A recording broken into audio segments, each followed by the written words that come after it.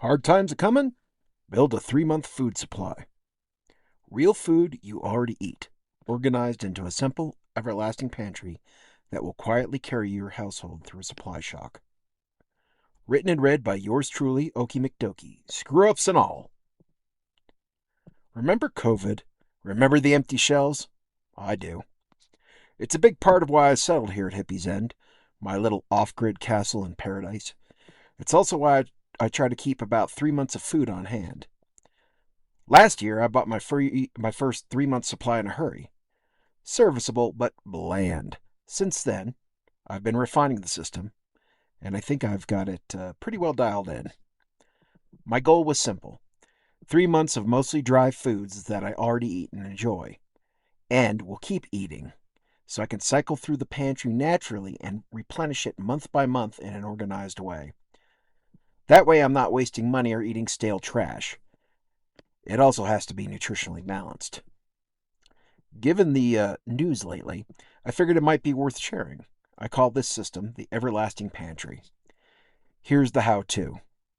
Now, at this point, I will add in that as this is an audio recording, the math might be a little hard to follow. If so, read the print version on Substack so that the numbers aren't flying around your head like a bunch of bees. It'll help you to see them in black and white. But to continue on, how to stock your everlasting pantry with 3 months of food. Before we go any further, let me emphasize something. This math is only meant to get you in the right ballpark. Your household should adjust things based on taste, budget, and what you actually like to eat. Don't worry about making the numbers perfect. These calculations refer to dry or shelf-stable foods by weight, not cooked weight. So step 1, estimate your 90-day calorie needs. First, you need a rough idea of how many calories your household requires per day. There are many free calculators online that estimate this based on age, body size, and activity level. Search for something like Daily Calorie Needs Calculator. Any of them will get you close enough for our purposes. Just add up the numbers for everyone in your home. Let's say it comes out that your household requires 5,000 calories per day. Since we're planning for 90 days, the math looks like 5,000 times 90 equals 450,000 calories. Step 2. Convert those calories into pounds of food. Dry staple foods average about 2,000 calories per pound, which gives us an easy way to convert calories into food weight. So we take that 450,000 calories, divide it by 2,000, that comes out to 225 pounds of dry food. Here's the secret sauce. My system divides the pantry into 25 parts spread out across several food categories. The numbers aren't magic, they simply produce a diet that lands in a healthy balance of carbohydrates, fats, and proteins. So here's the Everlasting Pantry formula. From those 25 parts, you've got 8 parts grain, 7 parts legumes, 4 parts fat, 3 parts dried vegetables, 2 parts whole milk powder, 1 part dried animal protein. Now, you're going to divide your total pounds of food by 25 to get your pounds per part multiplier, or PPP. So in this example, our 225 pounds of food divided by 25 equals 9 pounds per part. And then you multiply each category by that result. So you remember how I said the formula starts with 8 parts grain. So 8 times 9 is going to equal 72 pounds of grains. Going down the list, legumes comes out to 6 times 9, comes out to 63. Fat times 9 comes out to 36. Dried vegetables was 27. Whole milk powder, 18. Dried animal protein, 9 pounds. That's your 3-month everlasting pantry, organized, balanced, and ready to rotate through everyday cooking. Step 3, make your shopping list. So now you know how many pounds of each food category to buy. What you buy specifically is family choice. The proportions matter more than the exact foods. Choose foods you actually eat, even if you don't cook them every week. Within each category, you can swap foods freely. So for grains, think about starches like rice, flour, oats, pasta, cornmeal, for example. Uh, oh, also dried potatoes, like your instant mashed potatoes. Now, your legumes, that's for beans, lentils, and split peas.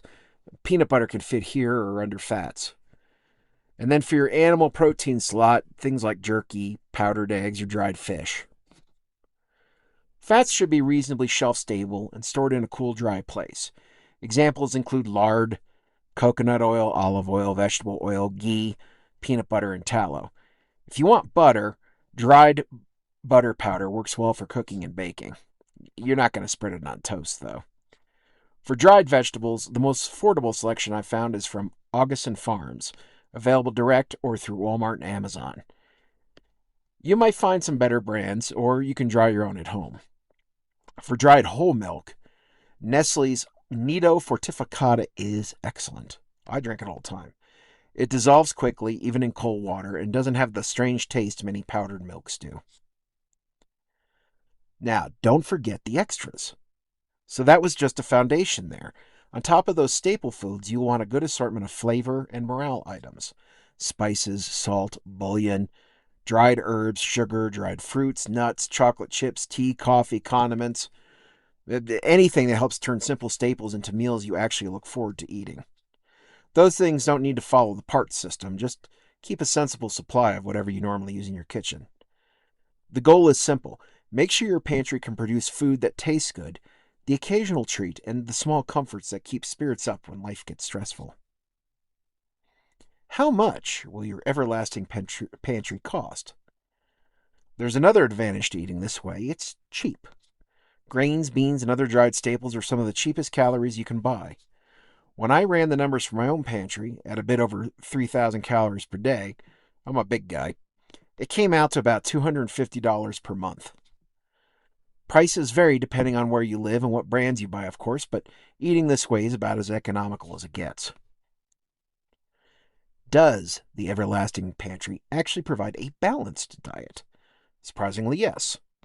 When you run the numbers, the Everlasting Pantry mix ends up at roughly 50% carbohydrates, 30% fat, and 15 to 20% protein, which sits comfortably within the ranges most nutrition experts recommend. Plus, it's got a balanced mix of vitamins and minerals. It also mirrors the structure of many traditional diets: grains, beans, fats, vegetables, and some dairy or animal foods. People have eaten versions of this pattern for centuries. Two nutrients are worth keeping an eye on, though. Vitamin C can run low in long-term dry food storage. The fix is simple: multivitamins, drink mixes with vitamin C. You remember Tang, anyone? Or occasional fresh foods, including wild herbs. Iodine can also disappear from modern pantries.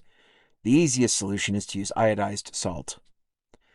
In practice, even small amounts of fresh greens, herbs, garden produce, or wild plants fill in any remaining gaps.